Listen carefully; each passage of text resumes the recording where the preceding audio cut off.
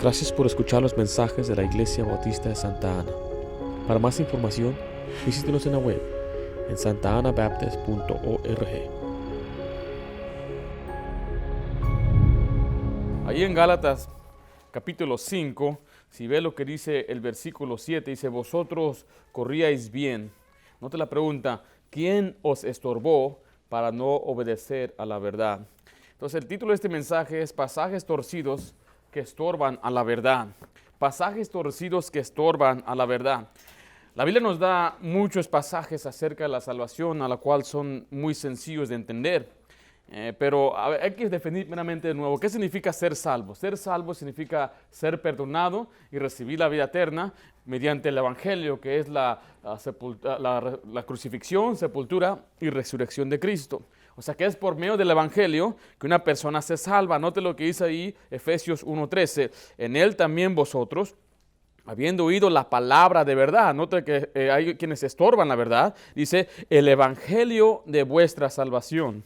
Y habiendo creído en él, fuiste sellados con el Espíritu Santo. El Evangelio, dice, es lo que nos salva, es la palabra de verdad. Note lo que dice Romanos 1:16, porque no me avergüenzo del Evangelio de Cristo, porque es poder de Dios, ¿para qué?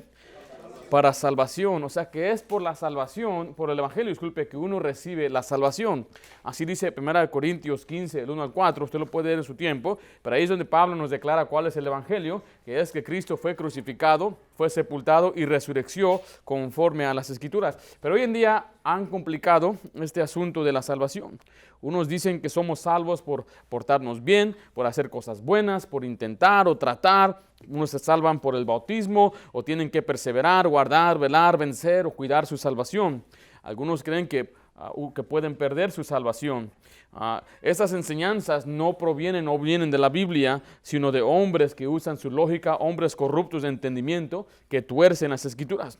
Este fue el problema que enfrentaron los Gálatas. Si usted lee ahí Gálatas 5:9, dice versículo 7, vosotros corríais bien. Note la pregunta: ¿quién os estorbó para no obedecer a la verdad? Esta persuasión no procede de aquel que os llama, o sea, de Cristo. Un poco de levadura leuda toda la masa.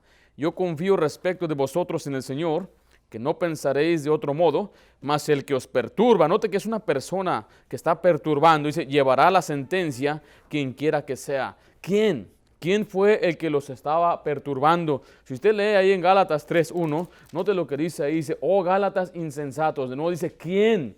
¿Quién os fascinó? ¿Quién nos encantó? ¿Quién nos envolvió? Está diciendo, ¿quién fue el que les persuadió? Esto es lo que los que no conocen la Escritura y también la tuercen y son falsos maestros. Note lo que dice Hechos 15:1. Entonces algunos que venían de Judea enseñaban a los hermanos: si no os circuncidáis conforme al rito de Moisés. ¿Qué decían ellos?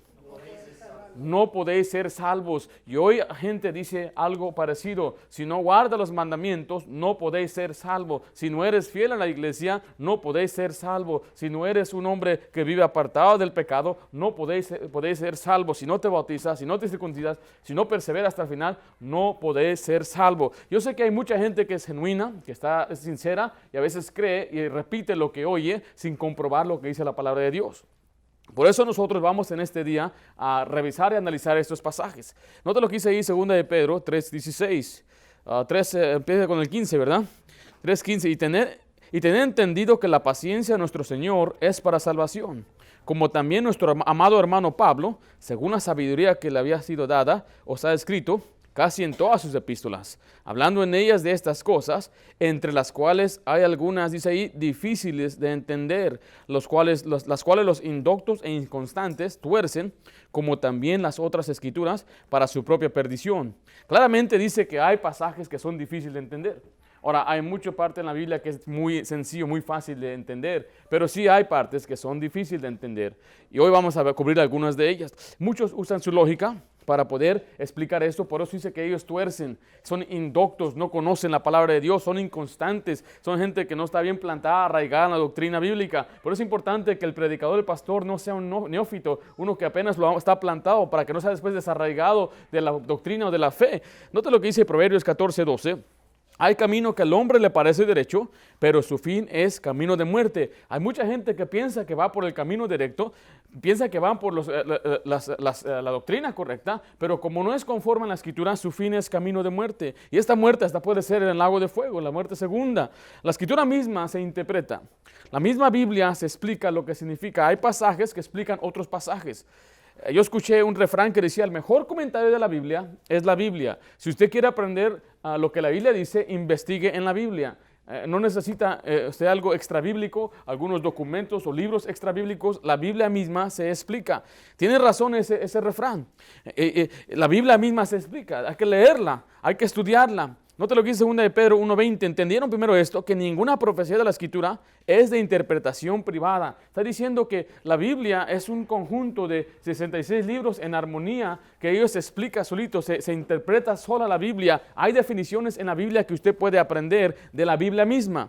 Ahora, note lo que Pablo dijo ahí en 1 Corintios 2:13, lo cual también hablamos, no con palabras enseñadas por sabiduría humana, sino las que enseña el Espíritu. Mire, acomodando lo espiritual a lo espiritual. Le puedo dar un montón de ejemplos de a qué nos referimos, pero si usted va, por ejemplo, al libro de Juan, ahí explica que la palabra Mesías significa Cristo.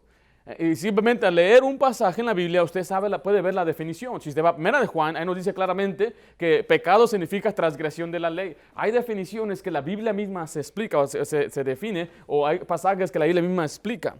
Ahora, a través de la Escritura es claro que la salvación es solamente por fe. Es solamente por gracia y solamente en Jesús. Y no hay pasaje que sea claro, directo, que diga que una persona pueda perder su salvación. No hay ni uno. No existe un pasaje que dice y tal persona perdió su salvación. O me dijo una persona, Adán perdió su salvación, cuando Lucas claramente dice que él era un hijo de Dios. No dice la Biblia que Ananías y Zafira perdieron su salvación cuando le mentieron al Espíritu Santo. Tampoco dice que si uno descuida su salvación, se va a ir al infierno. O descuidó su salvación y se fue al infierno. O dejó de ser hijo de Dios. O perdió su herencia en Cristo. O le quitaron la vida eterna. No existe esos pasajes. Sino que son suposiciones basados en pasajes fuera de contexto. Entonces, doctrinas torcidas. Ahora, nosotros vamos a analizar esos pasajes porque Dios nos manda que contendamos por nuestra fe. Note lo que dice Judas, versículo 3. Amados, por la gran solicitud que tenía de escribiros acerca de nuestra común salvación, me ha sido necesario escribiros exhortando, mire, que contendáis ardientemente por la fe que ha sido una vez dada a los santos. Esta palabra contender significa que luchemos y defendamos nuestra fe, y la fe se refiere a la doctrina que nosotros creemos, y debemos estar siempre preparados para presentar defensa. Note lo que dice 1 Pedro 3:15. Sino santificar a Dios en el Señor, en vuestros corazones, y estad siempre preparados, mire, para presentar defensa con mansedumbre y reverencia ante todo el que demande razón de la esperanza que hay en vosotros. O sea, que Dios nos dice que debemos estar listos para poder dar una respuesta a alguien nos pregunta, ¿por qué ustedes creen esto? ¿Por qué usted cree que Cristo es Dios? ¿Por qué piensa que la salvación no se pierde? ¿Por qué usted piensa, por qué es bautista? ¿O por qué va a una iglesia bautista? ¿Qué es una iglesia? ¿Por qué asistes a la iglesia? ¿Quién hizo la iglesia? Usted debe estar listo, preparado. Por eso una de las maneras que lo puede hacer es estar atento en la iglesia, pero también escudriñar la Biblia en su hogar. Así que vamos a ver entonces 5 diferentes pasajes que son sacados fuera de contexto. Voy a tratar de cubrir todo, y si son pacientes conmigo, les voy a agradecer al tratar de cubrir durante estos siguientes momentos. La primera doctrina, el primer pasaje dice ahí, el que persevera hasta el final será salvo. El que persevera hasta el final será salvo. O sea, la suposición es que uno tiene que perseverar hasta el final para ser salvo. Se encuentra en Mateo 10:22 y Mateo 24:13, en donde ambos versículos dicen lo siguiente. Mateo 24:13 dice, mas el que persevera hasta el final, este será salvo. Ahora, este pasaje en verdad no nos indica qué significa perseverar. ¿Perseverar en qué? Si solamente toma este pasaje, usted no va a poder saber a qué se refiere. Una persona tiene que asumir su creencia, decir, pues tiene que perseverar en buenas obras. Tiene que guardar las obras. Es lo que significa perseverar. Déjala una pregunta, ¿qué significa perseverar? Solamente la pura definición de perseverar, ¿qué significa? Bueno, usted va a decir, pues quiere decir seguir adelante, quiere decir mantenerse firme, estar firme en su porte, y es exactamente lo que significa. Uno tiene que perseverar, que es mantenerse constante, persistente, pero no nos indica en qué. Ahora, ¿se refiere a hablar de obras? Bueno, veamos lo que dice Gálatas 3:10, porque todos los que dependen de las obras de la ley están bajo maldición. pues escrito está, maldito todo aquel que no permaneciera en todas las cosas escritas en el libro de la ley para hacerlas. Entonces claramente vemos que la Biblia dice que no, nadie puede depender en las obras de la ley, nadie puede perseverar en ellas, porque si uno persevera en ellas para salvación, entonces es un maldito. Santiago 2 dice, porque cualquiera que guardare toda la ley, pero ofendiera en un punto, se hace culpable de todos. Entonces vemos que Santiago nos dice claramente que si nosotros guardamos todo el aspecto de la ley, supongamos que hay 500 mandamientos, si usted guarda 499, pero usted ofende en un punto, se hace culpable de todos los 500. Entonces vemos claramente entonces que uno no puede perseverar en lo que es la ley de Dios. Otra pregunta es hasta el final, persevera hasta el final, pero la pregunta es ¿hasta cuál fin? ¿A qué se refiere? ¿Qué es el fin? ¿El fin de su vida suya? ¿El fin de mi vida? ¿Que llegue yo hasta los 80 años y debo perseverar hasta el último suspiro? ¿O a qué se refiere? Bueno, tenemos que ver el contexto del capítulo 24. Dice el versículo 3, Mateo 24, 3, dice, y estando él sentado en el monte de los olivos, los discípulos se le acercaron aparte diciendo, dinos, ¿cuándo serán estas cosas? ¿Y qué señal habrá de tu venida y del fin del siglo? Entonces, este contexto se trata cuando vuelva Cristo, el final del siglo, los últimos tiempos o los últimos días. El contexto nos indica que habrá mucha muerte en ese tiempo, habrá mucha gente muriendo. Dice Mateo 24, 14, dice, y será predicado este evangelio del reino en todo el mundo para testimonio a todas las naciones. Entonces vendrá, ¿qué dice ahí? El fin. Entonces, el fin se trata otra vez, le estoy diciendo, lo que es el fin del mundo, de la existencia de este mundo. Y Mateo 24, 22 dice, y en aquellos días, hablando del mismo contexto, si aquellos días no fuesen acortados, nadie sería salvo. Mas por causa de los escogidos, aquellos días serán acortados. Está diciendo que aquel tiempo habrá tanta muerte. Entonces Dios va a hacer los días más cortos, y no refiere que va a hacer nada más 12 horas al día, sino que va a limitar el tiempo de aquella tribulación, que son 3 años y medio, y los escogidos van a ser los creyentes, los que estarán siendo perseguidos a causa del nombre de Cristo, y va a ser ese tiempo que el que persevere, el que se mantenga firme hasta el final, será salvo, pero no salvo de su salvación, sino que salvo de su carne. Su carne será salvada durante ese tiempo, hablando de su cuerpo, su vida física. No lo van a matar, van a estar escondidos en las cuevas, van a estar escondidos en los lugares desiertos, lejos de la sociedad, porque van a ser ellos echados fuera por no ponerse la marca de la bestia. Este pasaje no indica que uno pierde la salvación, absolutamente no lo dice. El contexto claramente nos enseña que uno debe perseverar hasta el final. Si usted se queda durante la tribulación, usted debe perseverar.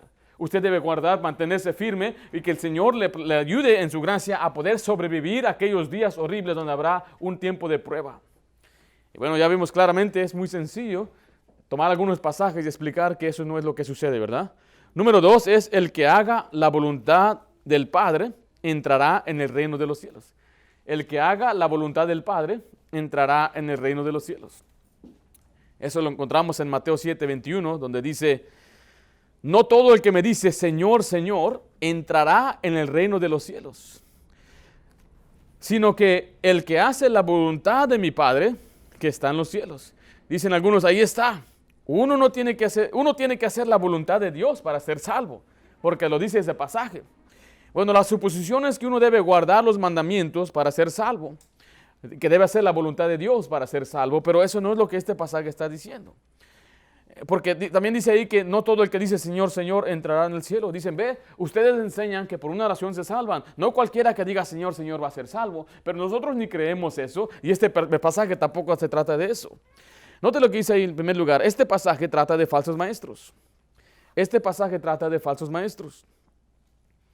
O sea que ignoran el contexto que nos enseña que este pasaje trata de hombres que pasan se pasan como hombres de Dios, pero en verdad son hombres de entendimiento corrompido, falsos maestros. Porque mira, el contexto de este pasaje empieza en el 21. Mateo 15 hasta el 23 es el contexto de este pasaje. No te lo dice Mateo 7:15. Guardaos, ¿de quién dice ahí? De los falsos profetas. Mire, que vienen a vosotros con vestidos de ovejas, pero por dentro son lobos rapaces. Y si usted ve el contexto, nos habla del fruto de ellos. Y mucha gente dice, ves, por su fruto los conoceréis. Mire, está hablando del fruto de un falso maestro. El fruto de un falso maestro son los discípulos o los seguidores de él. Cuando una persona es un falso maestro, obviamente no va a enseñar la Biblia, va a enseñar puras cosas sucias y perversas. La Biblia dice que los fariseos proselitaban y tomaban a gente, dice, y los convertían en hijos del infierno. ¿Por qué? Porque era gente que no conocía la palabra de Dios, la gente que no vivía para el Señor. Y muchos falsos maestros tienen discípulos, seguidores que son perversos, morbosos. ¿Quién les llama la atención? ¿Quién les predica la Biblia? Si el mismo falso maestro es un morboso y perverso, ¿qué es lo que va a enseñar? O sea que el fruto, por su fruto los conoceréis. Está hablando por la gente que le sigue. Vas a ver si en su iglesia hay gente piadosa que ama al Señor, que lee la Biblia, que camina con Dios, o hay gente que vive en amaciato, gente que vive con morbosidad, gente que vive de borracho y viciosos y en drogas. Bueno, ese es el fruto del maestro, el fruto del predicador. Note lo que dice ahí en Mateo 24:5, que nos enseña que estos vienen en el nombre de Cristo. Dice, porque vendrán muchos en mi nombre. O sea, muchos van a venir, yo soy cristiano, yo soy uno que sigue al Señor. Y dice, yo soy el Cristo. Muchos van a venir hasta diciendo que ellos mismos son Cristo. Allí en Hechos 19:13 vemos un ejemplo de gente que trató de usar el nombre de Cristo para sacar demonios. Dice, pero algunos de los judíos, exorcistas ambulantes, intentaron invocar el nombre del Señor Jesús sobre los que tenían espíritus malos, diciendo, os conjuro por Jesús, el que predica Pablo. Estos falsos profetas afirman conocer a Dios, pero no es así, sino que usan el evangelio, las cosas de Dios, para mentir a la gente y sacarle un beneficio económico. Hay gente que le gusta despojar y trasquilar a las ovejitas, gente que con mucha alegría y gozo van a la iglesia y le dicen, hermanos, yo siento aquí, el Espíritu Santo me dice que hay alguien que tiene aquí dinero, por favor, presenten esa ofrenda, denlo al Señor. Y esa gente es engañada. Tristemente ellos están confiando en un hombre, mucha gente sincera, diciendo, pues yo tengo esa ofrenda, yo quiero ayudar al siervo de Dios. Y esos hombres son llenos de lucro. No te lo dice 1 Timoteo 6, del 3 al 5. Si alguno enseña otra cosa y no se conforma a las sanas palabras de nuestro Señor Jesucristo y la doctrina que es conforme a la piedad, está envanecido, nada sabe y delira acerca de cuestiones y contiendas de palabras, de las cuales nacen envidias, pleitos, blasfemias, malas sospechas, disputas necias de hombres corruptos de entendimiento y privados de la verdad. Note la última frase, que toman la piedad como fuente de ganancia. Está diciendo, ellos toman este asunto de las cosas de Dios como una fuente de ganancia, es un negocio para ellos, para sacar dinero. No es para ayudar, no es para restaurar, ni es para salvar las almas, es para ver qué me pueden dar. Dice ahí la Biblia, apártate de los tales. En Tito 1:11 dice, a los cuales es preciso tapar la boca, que trastornan casas enteras, mire, enseñando por ganancias deshonestas lo que no conviene. Hay quienes enseñan porque ellos están sacando una ganancia deshonesta, o sea, disimulan en su enseñanza, disimulan en su amor hacia la gente, están ellos buscando sacarle ganancia. Dice la Biblia que se han lanzado sobre el yugo de Balaam. Estos tienen apariencia de piedad, dice 2 Timoteo 3:5, que tendrán apariencia de piedad, pero negarán la eficacia de ella. A estos, ¿qué dice?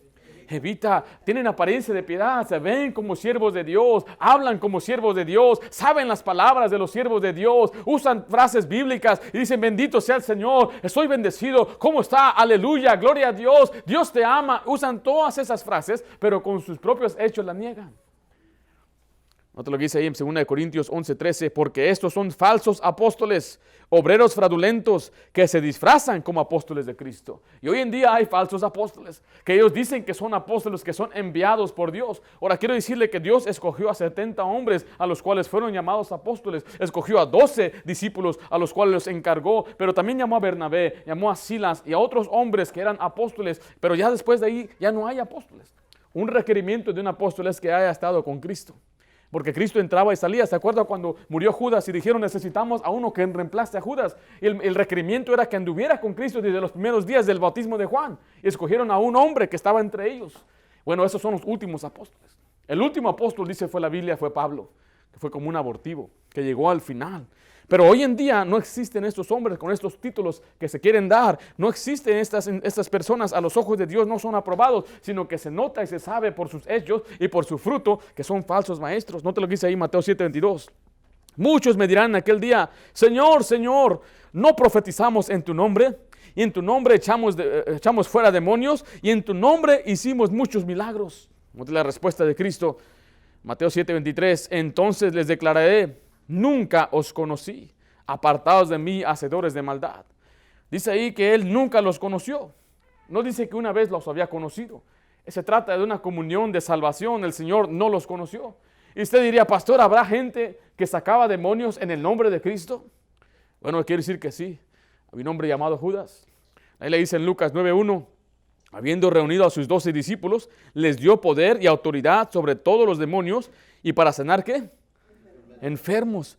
Ahora, entre ellos estaba Judas. Ahora usted dice, pastor, ¿Judas era salvo? Algunos han dicho que porque enseñamos que la salvación es sola por fe. Entonces debo concluir que Judas fue salvo. ¿A poco Judas fue salvo? Bueno, veamos lo que dice Juan 6, 70 al 71. Jesús le respondió, ¿no os he escogido yo a vosotros los 12? ¿Y uno de vosotros es el diablo? ¿Hablaba de quién? De Judas Iscariote, hijo de Simón, porque ese era el que iba a entregar y era uno de los 12. ¿Judas era salvo? No. Si usted ve el libro en ese capítulo, Juan dice que no todos creen. No todos creían. Note lo que dice Juan 17, 12. Cuando estaban con ellos en el mundo, yo los guardaba en tu nombre. Y a los que me diste yo los guardé. Y ninguno de estos se perdió, sino el hijo de perdición, para que la escritura se cumpliese. Estaba hablando de Judas. Y note lo que dijo ahí en Mateo 26, 24. Ay de aquel hombre por quien el Hijo del Hombre es entregado. Mire, bueno le fuera a ese hombre no haber ¿qué? Nacido. ¿Era salvo Judas? Solamente tenemos que escudriñar las escrituras, que Judas andaba con Cristo, Dios le dio poder y autoridad para sacar demonios, pero él no era salvo. Y él va a ser, cuando esté en el infierno, dirá, Señor, Señor, que yo sacaba demonios en tu nombre, Señor, yo profeticé en tu nombre, yo hice milagros en tu nombre. Y Dios le va a decir a Judas, nunca te conocí. Los que son salvos son conocidos por Jesús. Los que son salvos son conocidos por Jesús. Si usted cree en Jesucristo como su Salvador y usted lo ha recibido porque usted ha aceptado el Evangelio y dice, yo creo que Cristo murió por mí, pagó por mis pecados y resucitó para darme vida eterna, entonces usted es salvo y Dios le conoce. Dice Juan 10, 27, 28, mis ovejas oyen mi voz. ¿Y yo qué dice ahí? Yo las conozco. Dios nos conoce. Si usted cree, dice, y me siguen y yo les doy vida eterna y no perecerán jamás, ni nadie les arrebatará de mi mano. Estas son las personas que Dios les ha dado vida eterna. Dios dice, yo las conozco. Si suponemos que uno puede perder entonces su salvación, Jesucristo debería decir, en vez de decir, nunca os conocí, una vez te conocí y ya no eres mío. Pero note lo que dice 2 Timoteo 2:19. Pero el fundamento de Dios está firme, teniendo este sello. ¿Qué dice ahí? 2 Timoteo 2:19. Conoce el Señor a los que son suyos. El Señor conoce a los suyos. Si usted cree en Jesucristo, el Señor le conoce a usted. Dice Gálatas 4:9, mas ahora, conociendo a Dios, o más bien, mire, siendo conocidos por Dios. Cuando una persona cree en el Señor, somos conocidos por Dios. O sea que entonces el pasaje de Mateo 7, versículo 22, no se trata de hacer la voluntad de Dios, guardar los mandamientos, porque nadie puede. Tampoco dice que uno debe perseverar en su doctrina, en hacer milagros o en hacer cosas grandes, o que solamente por hacer una oración tampoco. Uno debe creer. Esta suposición está porque la persona no entiende la Biblia y no entiende el contexto que habla de falsos maestros. Pero pastor, entonces, ¿por qué dice que tenemos que hacer la voluntad de Dios para entrar al reino de los cielos? Porque lo dice Juan 6:40, y esta es la voluntad del que me ha enviado, que todo aquel que ve al Hijo y cree en Él tenga vida eterna, y yo le resucitaré en el día postrero. Entonces vemos la primera, vimos en primer lugar, el que persevera hasta el final será salvo. Vemos que trata del tiempo de la tribulación, y no habla de una salvación del alma, sino más bien la salvación de la carne durante aquellos tiempos de prueba. La segunda vimos, el que haga la voluntad del Padre entrará en el reino de los cielos. Pero vemos que no se refiere a guardar las obras, sino que está refiriendo a los falsos maestros que ni siquiera creen en el Señor. Ellos están diciendo, Señor, Señor. Y Dios dice, yo nunca te conocí. Pero si usted cree en el Señor Jesucristo, usted está haciendo la voluntad de Dios y el Señor le conoce a usted. Número 3, vamos a ver vamos a tomar un poquito más de tiempo. ¿Sí? Número 3 es la fe sin obras es muerta. La fe sin obras es muerta. La primera vez que yo escuché esto, obviamente yo era un jovencito, tenía como 13 años, yo creo, 12, 13 años. Y no conocía yo mi doctrina. Y pues estaba caminando evangelizando los sábados, toqué la puerta y un señor me dijo, mira, la fe sin obras es muerta. Y me quedé perplejo, ¿qué se refiere con la fe sin obras es muerta? Y él abrió la Biblia y me mostró en Santiago 2, me dijo, la fe sin obra es muerta. O sea, si no tienes obras, entonces tu fe es inválida, no eres salvo, no puedes. ¿Podrá la fe salvarle si es muerta? Y me dicen, no puede ser salvo. Nota lo que dice ahí Santiago 2:20. Mas ¿quién quiere saber, hombre vano, que la fe sin obra es muerta? Ahora vaya conmigo en su Biblia a Gálatas capítulo 2, por favor. Y vamos a tener que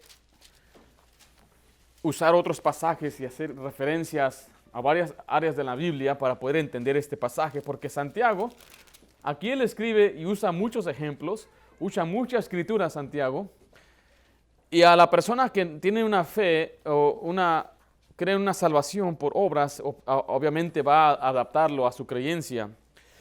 Dice el versículo 17, así también la fe, si no tiene obras, es muerta en sí misma. O sea, la suposición es que uno no puede salvarse sin obras, o uno no puede ser salvo solamente por la fe.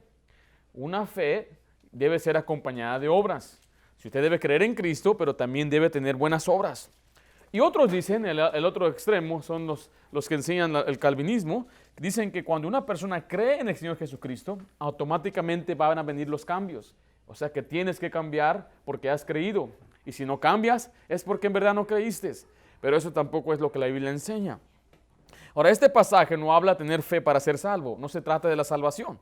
Este capítulo 2 de Santiago menciona la palabra fe 13 veces. Es un capítulo de fe, pero es una fe práctica. Este pasaje habla de una fe completa, una fe madura, una fe perfecta, de perfeccionar nuestra fe, una fe que aprovecha. Nota lo que dice Santiago 2:22.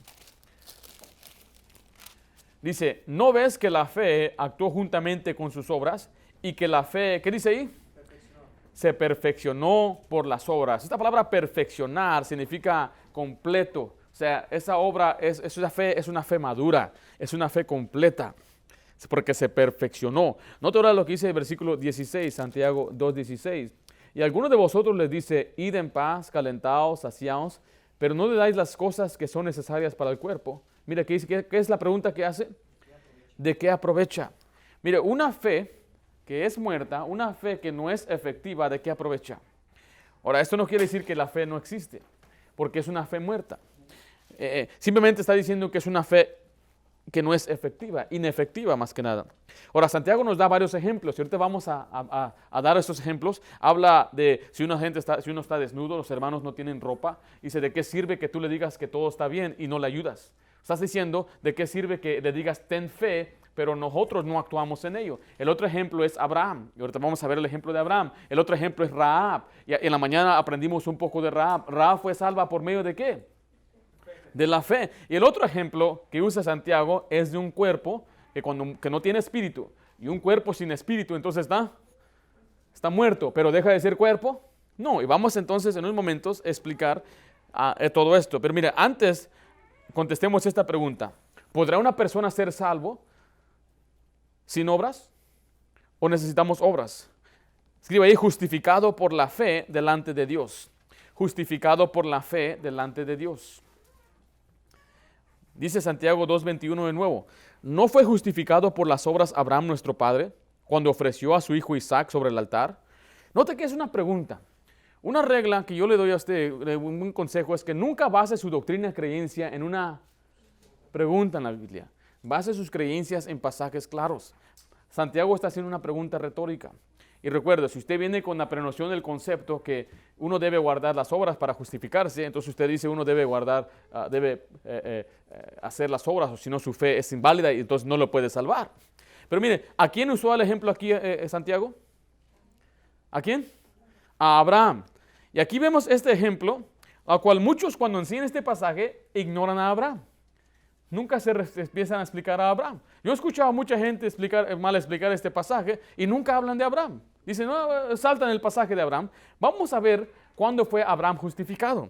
Note lo que dice ahí en Romanos 4, versículo 1 al 5. Y sin antes explicarles que la palabra justificado significa declarado justo, es declarado inocente, como que si nunca hubiera pecado es sin condenación, o sea, salvo. Dice Romanos 4, 1 al 5. ¿Qué pues diremos que halló Abraham, nuestro padre según la carne?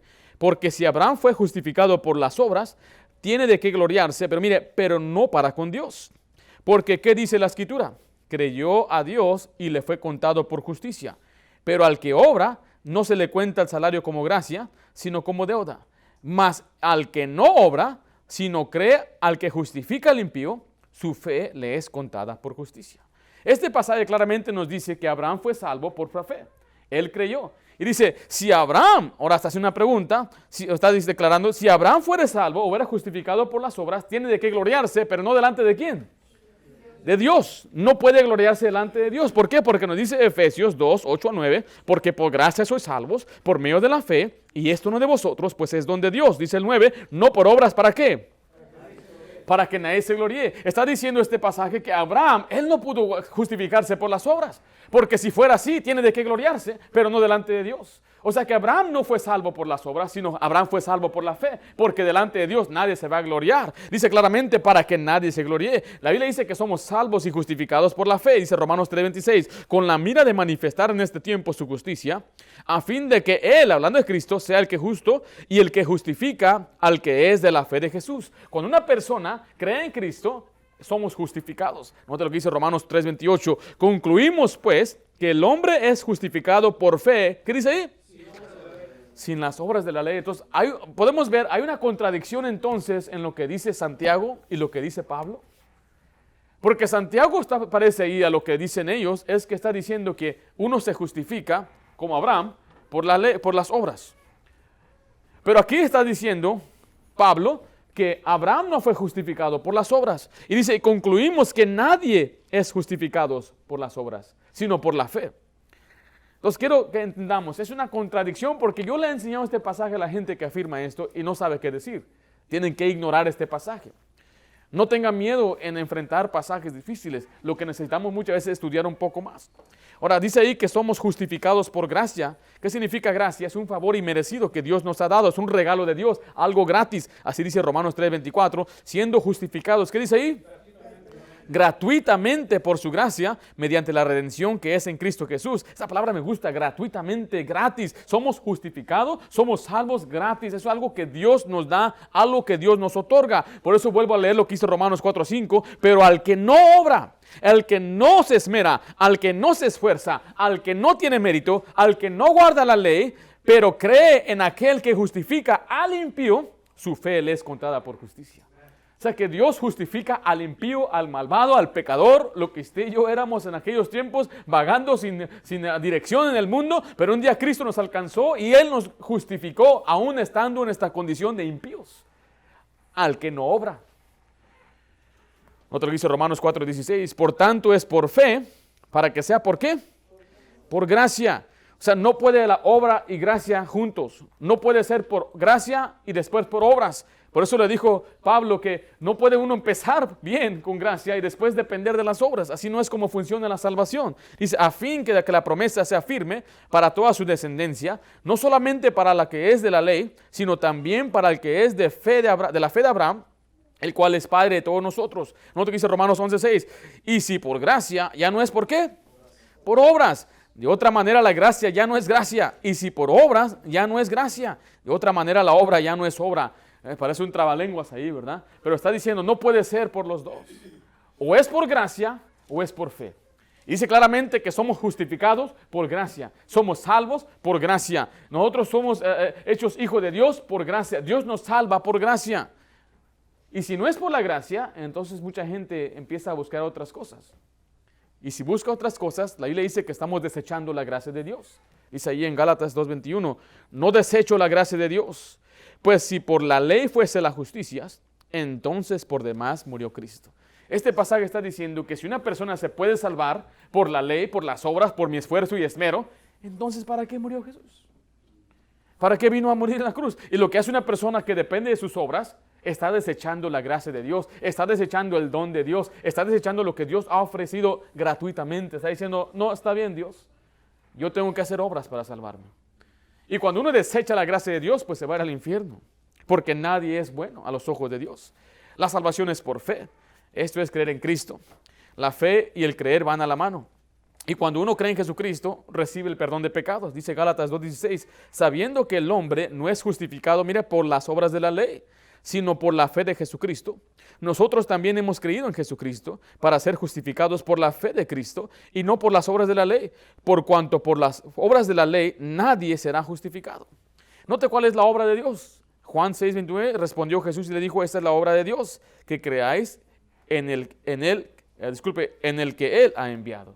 Entonces, mire, estamos viendo un problema entonces aquí, porque parece a la superficie que Santiago está contradiciendo a Pablo, más bien Pablo está contradiciendo a Santiago. Porque Pablo una y otra vez nos dice en Romanos y en Gálatas y en Hebreos que Abraham era justificado o declarado justo por la fe. Que él solamente tuvo que creer y nadie será justificado por sus obras. Entonces vamos a ver a qué se refería entonces este Santiago. Siguiente dice, justificado por las obras delante de los hombres. Justificado por las obras delante de los hombres. Antes de explicar el pasaje, le voy a decir de qué se trata. Se trata de tener un buen testimonio. Se trata de estar justificado delante de los hombres, porque nadie se justifica delante de Dios. Por eso la pregunta lo que dijo Pablo en Romanos 4:2, dice, porque si Abraham fue justificado por las obras, tiene de qué gloriarse, pero no para con Dios. O sea que Abraham no fue justificado delante de Dios, sino que él fue justificado delante de los hombres. Ahora, ¿usted recuerda la historia de Abraham, que Dios lo mandó a sacrificar a su hijo? Ahora, ¿usted cree que él en verdad necesitaba ese acto para saber si Abraham creía en él? No. Dios conoce nuestros corazones. Él sabe si creemos, si tenemos fe. Pero él lo hizo para que la gente que viene detrás de él viera la fe de Abraham y podían llamarle entonces el padre de la fe o el padre de todos los creyentes. Abraham no fue justificado delante de Dios, sino de los hombres. Esto habla de nuevo, les digo, de un buen testimonio. Habla de demostrar nuestras obras delante de los hombres. Mire, que nuestras obras sean vistas delante de los hombres. Mire, Abraham y Rahab creyeron y ellos mostraron que tenían fe por medio de sus acciones. O sea que estos creyeron, tuvieron fe y por eso su fe fue perfeccionada. Recuerde que es posible tener fe y incredulidad a la misma vez.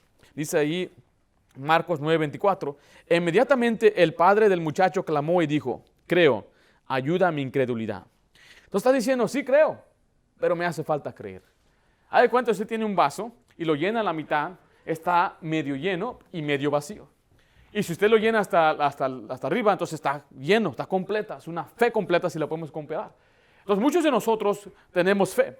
La Biblia dice que solamente toma un grano de mostaza para mover montañas, imagínense. Si tenemos un poquito de fe. Cuando una persona llega al Señor, tiene fe, pero no tiene la fe perfecta, no tiene una fe completa, tiene que aprender a caminar con el Señor. Todavía duda de muchas cosas, pero conforme va creciendo en la gracia de Dios y en la fe, va aumentando su fe. Pero todos nosotros estamos en algún aspecto, en un área de ese vaso que me refiero. Algunos tal vez tienen el 25%, por ejemplo, de la fe, y el resto es incredulidad. Y por eso dice aquel hombre, Señor, sí creo, pero ayúdame en mi incredulidad. Me falta creer. La incredulidad completa es una fe muerta. La fe completa es una fe perfecta, una que aprovecha, como dice ahí Santiago. La fe muerta aún es una fe. Porque entonces, ¿por qué le llaman fe? Hubiera dicho mejor es una fe que no existe o no es fe, no tiene fe. Pero dice, sí tiene fe, pero es una fe muerta. Es como cuando usted tiene una batería y la batería no sirve, no deja de ser batería. Es una batería muerta. Y el ejemplo que usa la Biblia es un cuerpo muerto. Está un hombre y ahí está, tiene su cuerpo, pero si no tiene espíritu, ¿deja de ser cuerpo? No, simplemente que está muerto. Y muchos cristianos tienen una fe muerta, una fe inefectiva, una fe que no mueve montañas, una fe que no hace nada para el Señor. Son salvos, por eso le está diciendo Santiago, muéstrame tus obras. Haz algo, eres salvo, muéstralo. No para ser salvo, sino porque eres salvo. Muestra tus obras. Note lo que dice ahí de nuevo Santiago 2:21. Vamos a Santiago 2, versículo 21. ¿No fue justificado por las obras Abraham, nuestro padre, cuando ofreció a su hijo Isaac sobre el altar?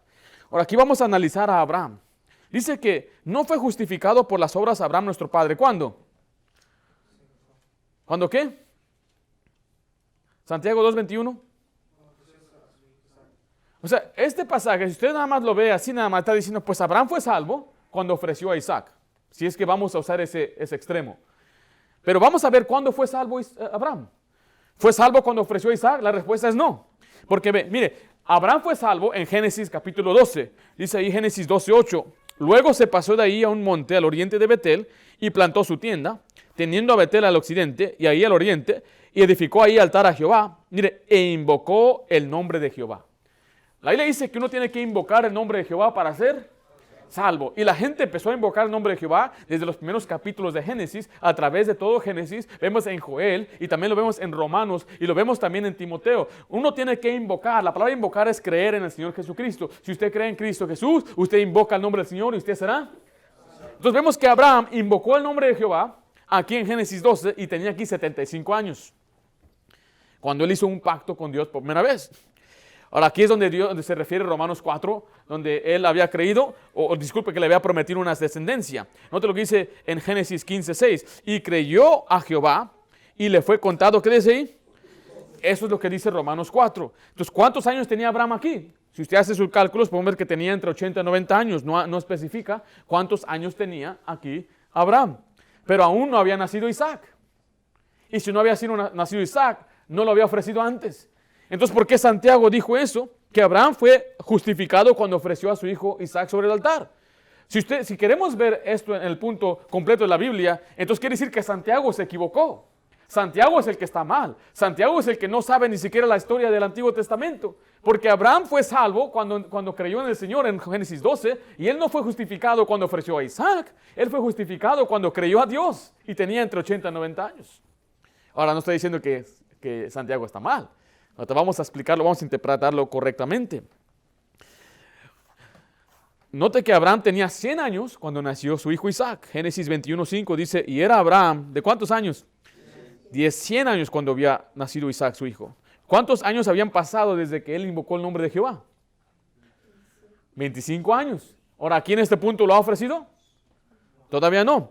¿Cuántos años tenía Isaac cuando lo ofreció? Obviamente sabemos que tenía por lo menos más de 100 años. Algunos dicen que era un jovencito de 10 años, algunos dicen que tenía 5 años, otros dicen que tenía hasta 30 años. Vamos a suponer que tenía 20 años, porque la Biblia no declara, dice que era un joven que cargaba la leña. Entonces, obviamente no podía ser un muchacho de 5 años, ¿verdad? Andar quejando, subiendo en el monte con la leña. Entonces vamos a suponer que era un joven de 20 años. Entonces él nació cuando Abraham tenía, ¿cuántos años? 100 años, y si lo sacrificó o lo iba a entregar al Señor cuando tenía 20 años, ¿cuántos años tenía entonces Abraham? 120 años. Y si Abraham iba a ofrecer a Isaac cuando él tenía 120 años, ¿cuántos años ya tenía de ser salvo? O de haber creído en el Jehová. 45 años. Entonces, Santiago, ¿por qué está diciendo que fue justificado cuando ofreció a Isaac? Ya habían pasado 45 años, varias veces ya había hecho sacrificios, varias veces ya había invocado el nombre de Jehová. Ella era un hombre conocido por el pueblo como un hombre temeroso de Dios. ¿Por qué? Bueno, fue para mostrar a nosotros, los que no vemos el corazón. Porque usted y yo podemos ver lo exterior, pero no vemos el corazón. No sabemos si en verdad somos piadosos, somos espirituales. Por eso fue que se hizo esto. Note lo que dice ahí Romanos 4:11. Y recibió la circuncisión como señal, como sello de la justicia de la fe que tuvo estando aún incircunciso. Mire, para que fuese padre ¿de quién? De todos los creyentes no circuncidados, a fin de que también a ellos la fe les sea contada por justicia. Nosotros llamamos a Abraham el padre de la fe, o el padre de nosotros. Hay un canto que dice, Padre Abraham tenía muchos hijos. Si usted cree en el Señor Jesucristo, Dios le considera a usted un hijo de Abraham. ¿Por qué? Porque a Abraham se le dio el título, el padre de la fe, donde él manifestó y mostró la fe más grande en su vida, donde Dios le dijo, dame a tu hijo, tu único hijo, y él fue con toda obediencia al Señor, creyendo que si mataba a Isaac, Dios lo iba a resucitar otra vez, así dice Hebreos capítulo 11. Entonces estamos viendo que Abraham no fue salvo cuando fue justificado, cuando ofreció a Isaac delante de Dios, sino que él fue justificado delante de los hombres. Y ahí nos lleva a la siguiente, la fe con obras, para demostrar nuestra madurez. Es una fe con obras para demostrar nuestra madurez. O sea que debemos hacer obras. No para ser salvos, sino porque ya somos salvos. Debe haber obras. Nosotros los bautistas fundamentales creemos que usted debe hacer obras. Que debe vivir para Dios, debe hacer algo para Dios, debe servir a Dios, debe ser fiel a Dios, debe orar, leer la Biblia, guardarse del pecado, evangelizar y ganar almas, dar ofrenda al Señor. Todas las cosas son cosas que Dios pide que hagamos. Usted debe hacer esas obras. Por eso dice Efesios 2:10, después de decir que no es por obras para que nadie se gloríe, pero dice, porque somos hechura suya, creados en Cristo Jesús, mire, para buenas obras, las cuales Dios preparó de antemano para que anduviésemos en ellas. El salvo debe hacer buenas obras. El salvo debe vivir diferente. El salvo debe vivir como un hijo de luz, separado de la maldad. Uno que da buen ejemplo, que es un buen testimonio, un buen empleado, un buen esposo, un buen hijo, una buena esposa, un buen ciudadano, porque es hijo de Dios. Se le manda, se le manda, se le demanda que viva para Dios, para que andemos en buenas obras. Por eso dice aquí este hombre, ¿dónde están tus obras? ¿Qué no eres salvo? Actúa como un salvo. Vive como un salvo. Sepárate, vístete como un salvo, habla como un salvo, habla como una persona que ya es salvo, porque si eres salvo pero no tienes obras, ¿de qué sirve tu fe? No va a ayudar a nadie, no vas a mover montañas, Dios no va a contestar tu oración, la gente no va a ser salva porque eres un mundanote. Note lo que dice ahí en Mateo 5:16, dice, así alumbre vuestra luz delante de los hombres, para que vean vuestras, ¿qué dice ahí? Buenas obras y glorifiquen a vuestro Padre que está en los cielos. Está diciendo que Dios quiere que seamos luz para que la gente nos vea y vean las obras y digan, este hombre es siervo de Dios, y glorifiquen a Dios. Pero es porque vivimos en buenas obras. Entonces no es por las buenas obras que nos justificamos delante de Dios. Es de las buenas obras que nos justificamos delante de los hombres. Nos justificamos delante de la sociedad, donde tenemos un buen testimonio, donde nuestra palabra vale algo. Así que una fe sin obras aún es fe. Pero una fe con obras es una fe efectiva. Una fe con obras es una fe que Dios usa. Una fe con obras es una que da un buen testimonio. Una fe con obras es la que necesitamos. Pero aún, le vuelvo a decir, si no tiene obras, no quiere decir que su fe es inválida para salvación. Simplemente es inefectiva aquí en la tierra para hacer lo que Dios quiere que hagamos como familia, como padres o como siervos de Dios. Número 4. Sin santidad nadie verá al Señor. Me dijo una vez uno, pastor, ustedes enseñan que uno solamente debe creer en el Señor, pero ¿qué de este pasaje? Sin santidad nadie verá al Señor. La suposición se encuentra ahí en Hebreos 12:14, donde dice, seguid la paz con todos y la santidad, sin la cual nadie verá al Señor. La suposición es que si uno no vive en santidad, entonces no puede ser salvo. Pero no es lo que este pasaje está diciendo. No dice que uno no puede ser salvo si no vive en santidad. Ni aquí en este pasaje lo dice, ni en el resto de la Biblia.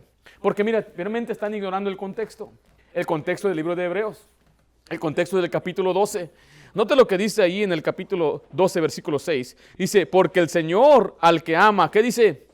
Disciplina y azota a todo el que recibe. ¿Por qué? Por hijo. Mire, el contexto está diciendo, afirma que somos salvos por la fe. Lo que dice en Hebreos 12, dice que Cristo es el autor y consumador de nuestra fe. Y cuando creemos en Cristo, Dios nos recibe como hijos. Pero si no vivimos en santidad, entonces Dios nos va a azotar. ¿El cristiano debe vivir en santidad? Claro que sí, debemos vivir en santidad. No sé que por eso nos castiga, dice Hebreos 12:10. Dice, y aquellos ciertamente, hablando de nuestros padres terrenales, ciertamente por pocos días nos disciplinaban, como a ellos les parecía. Pero hablando de Dios, para los que nos es provechoso, mire, para que participemos ¿de qué? De su santidad. ¿Quiere Dios que vivamos en santidad? Sí. Y si no vivimos en santidad, ¿qué va a hacer el Señor? Nos va a azotar. ¿Para qué? Para que participemos de su santidad. Por eso nosotros disciplinamos a nuestros hijos. ¿Para qué? Para que sean gente o hijos que se porten bien, obedientes. Queremos que ellos sean santos y separados. Pero también ignoran lo que dice ahí la primera parte del versículo 14. Dice, seguid ¿qué? La paz con todos y la santidad, sin la cual nadie verá al Señor. Note que ignoraron la primera parte. No dicen, sin paz nadie verá al Señor. ¿Verdad que no dicen eso? Solamente se enfocan en esa parte, sin santidad nadie verá al Señor. Pero note lo que dice Romanos 5:1. Justificados pues por la fe, tenemos, ¿qué dice ahí? Paz para con Dios por medio de nuestro Señor Jesucristo. Uno tiene la paz por medio de Cristo. No podemos nosotros fácilmente escoger este pasaje. Mire, y es más, dice, mira, sin santidad, sin la cual nadie verá al Señor. Pero saltaron, ¿qué parte? Seguid la paz con todos. La santidad del creyente viene de Dios mismo. Dios mismo nos santifica, dice la palabra de Dios. Él nos hace justos, Él nos hace santos, Él nos justifica. Mire, Él mismo es nuestra santificación. Dice 1 Corintios 1:30. Dice, mas por Él estáis vosotros en Cristo Jesús, el cual nos ha sido hecho por Dios, mire, sabiduría, justificación, ¿y qué parte? Santificación y redención. Cristo es nuestra santificación. Él es el que nos santifica. Dice 1 Corintios 6:11. Y estos eras algunos, mas ya habéis sido lavados y habéis sido, ¿qué cosa? Santificados y habéis sido justificados en el nombre del Señor Jesús y por el Espíritu de nuestro Dios. Entonces uno es santificado por Dios, es hecho santo por Dios. Somos hechos apartados por Dios mismo. Dios mismo es el que nos santifica. En pocas palabras, el que cree en Cristo es santificado y verá al Señor. No por la justicia o santidad de uno mismo, sino por la justicia y santidad de Él mismo. Dice Hebreos 10:10. En esa voluntad somos, mire, santificados mediante la ofrenda del cuerpo de Jesucristo, hecha una vez para siempre. ¿Cuál fue esa ofrenda? Fue el sacrificio en la cruz. O sea que es por lo que Cristo hizo por nosotros en la cruz que somos santificados. Note lo que dice Colosenses 1:21-22. Y a vosotros también, que erais en otro tiempo extraños y enemigos en vuestra mente, haciendo malas obras, ahora os ha reconciliado en su cuerpo de carne, por medio de la muerte, para presentaros, ¿qué cosa? Santos y sin mancha e irreprensible delante de Él. O sea que ahora que llegamos a Cristo, nos convertimos de enemigos a amigos con Dios porque Él nos reconcilió y Él mismo nos ha presentado santos. O sea que la santidad de uno viene de parte de Dios. Tiene razón, sin santidad nadie verá al Señor. Pero para que tenga la santidad es por medio de Cristo. No es por sus obras, no es por su propia santidad, no es por su propio mérito. Es siempre por medio de Cristo. Mire, todo lo que nosotros creemos en la salvación apunta a Cristo. Y dice, es por Cristo. Él lo hizo todo, Él merece la gloria, Él merece el honor y la honra, y es por eso que debemos vivir y servirle a Él. Bueno, el último que vamos a ver es, número 5, los que viven en pecado no heredarán el reino de Dios. Los que viven en pecado no heredarán el reino de Dios. Y usan pasajes como 1 Corintios 6 y Gálatas 5, dice 1 Corintios 6, 9-10, ¿no sabéis que los injustos no heredarán el reino de Dios? No erréis, ni los fornicarios, ni los idólatras, ni los adúlteros, ni los afeminados, ni los que se echan con varones, ni los ladrones, ni los ávaros, ni los borrachos, ni los maldicientes, ni los estafadores heredarán el reino de Dios. Dice, ahí está, pastor, hay mucha gente que no va a heredar el reino de Dios. Dice Gálatas 5, 19-21. Y manifiestas son las obras de la carne, que son adulterio, fornicación, inmundicia, lascivia, idolatría, hechicerías, enemistades, pleitos, celos, iras, contiendas, disensiones, herejías, envidias, homicidios, borracheras, orgías y cosas semejantes a estas, acerca de las cuales os amonesto, como ya lo he dicho antes, que los que practican tales cosas no heredarán el reino de Dios. La suposición es que si vivimos en pecado, no vamos a ser salvos, no vamos a heredar el cielo. Pero mire, note que ahí en 1 Corintios 6 dice ahí que el justo no heredará el reino de Dios. Escriba ahí, el injusto no heredará el reino de Dios. El injusto. Dice ahí, ¿no sabéis que los injustos no heredarán el reino de Dios? Ahora, ¿quiénes son los injustos? Bueno, los injustos somos todos. No hay nadie que sea justo. Dice claramente Romanos 3:10, como está escrito, ¿no hay qué? No hay justo ni a un uno. Ni a un uno significa ni uno. De los 7.3 billones de personas sobre la faz de la tierra, no hay ni uno. Nadie es justo a los ojos de Dios. Claramente la Biblia nos enseña en Isaías 64:6 que nuestras justicias son como trapo de inmundicia. Y este pasaje ya lo he explicado bastante aquí en la iglesia. Pero Pablo tampoco quería presentar su propia justicia. Nota lo que dice Filipenses 3:9. Y ser hallado en él, no teniendo, mire, mi propia justicia, que es por la ley, sino la que es por la fe de Cristo, la justicia que es de Dios. ¿Por qué? Por la fe. Pablo está diciendo, yo no quiero venir a Dios y presentarle mi propia justicia, mi propia obra, mi propia santidad, mi propia cosas buenas que yo hago, mis méritos. No, dice, yo no puedo venir a Dios presentarle mi propia justicia porque no tengo justicia, no soy justo, sino más bien voy a venir por la justicia de Dios mismo. Y note que dice, no heredarán. Ahora, ¿qué es un heredero?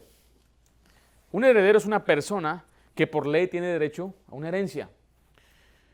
Y el testador es el que hace un testamento y le deja una herencia a su heredero. Usualmente es a su hijo.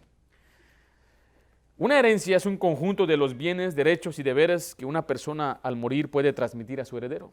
¿Cómo qué? Una herencia puede ser económica, puede ser terreno, propiedades, dinero, autos, puede ser cualquier cosa. Gente que deja colecciones, tarjetas de béisbol, básquet, cualquier cosa le deja con todos los derechos a su heredero.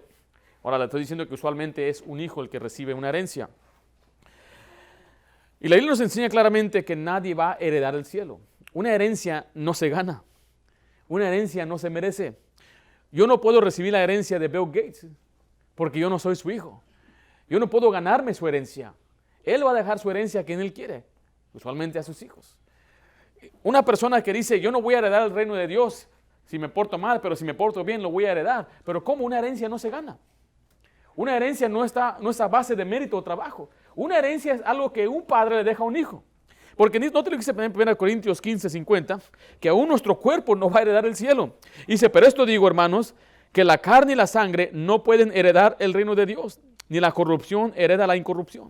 O sea que nuestro mismo cuerpo falible no puede heredar el cielo, nada. No podemos llegar al cielo, no podemos ganarnos una herencia. Entonces, pues, pastor, ¿cómo entonces vamos a entrar al cielo si no podemos recibir esa herencia por nuestro mérito? Bueno, es por medio de Cristo. Dice ahí letra B, heredamos por medio de la adopción. Heredamos por medio de la adopción. Mi abuelo, el papá de mi mamá, él dejó una herencia a sus hijos. Él murió en el 2006 y él tuvo 13 hijos cuando él murió. A 2 de ellos les dejó casas y al resto les dejó $2,500 a cada uno. Ahora eso está tremendo para un mexicano. Hay quienes dejan herencia a sus hijos. Es tremenda bendición poder dejar una herencia. Pero note que se las dejó ¿a quiénes? A sus hijos. No se los dejó a los vecinos, no se los dejó a sus amigos, se los dejó a sus hijos. Ahora, si él hubiera adoptado a un hijo, tal vez le podría haber dado una herencia también a él. Nosotros recibimos la herencia de Dios por medio de la adopción que Dios nos ha dado a nosotros. Note lo que dice Romanos 8, 15 al 17. Porque no habéis recibido el espíritu de servidumbre para estar otra vez en temor, sino que habéis recibido el espíritu de, ¿qué dice ahí? De adopción, por el cual clamamos, Abba Padre. El Espíritu mismo da testimonio a nuestro espíritu que somos, mire, hijos de Dios. Y si hijo, ¿también qué? Herederos. Herederos de Dios, mire, y coherederos con Cristo, si es que padecemos juntamente con Él, para que juntamente con Él seamos también glorificados. Está diciendo que nosotros cuando creemos en Cristo recibimos la adopción y nos convertimos en hijos. Y si nos convertimos en hijos de Dios, también nos convertimos en herederos y coherederos con Cristo. El ser coheredero y heredero son dos cosas diferentes. Pero note lo que dice Gálatas 4, 4 al 7. Mas viendo el cumplimiento del tiempo, Dios envió a su Hijo, hecho de mujer, hecho bajo la ley, para que redimiese a los que están bajo la ley, a fin de que recibiésemos la adopción de hijos. Y por cuanto sois hijos, Dios envió al Espíritu de su Hijo a vuestros corazones, el cual clama, Abba Padre.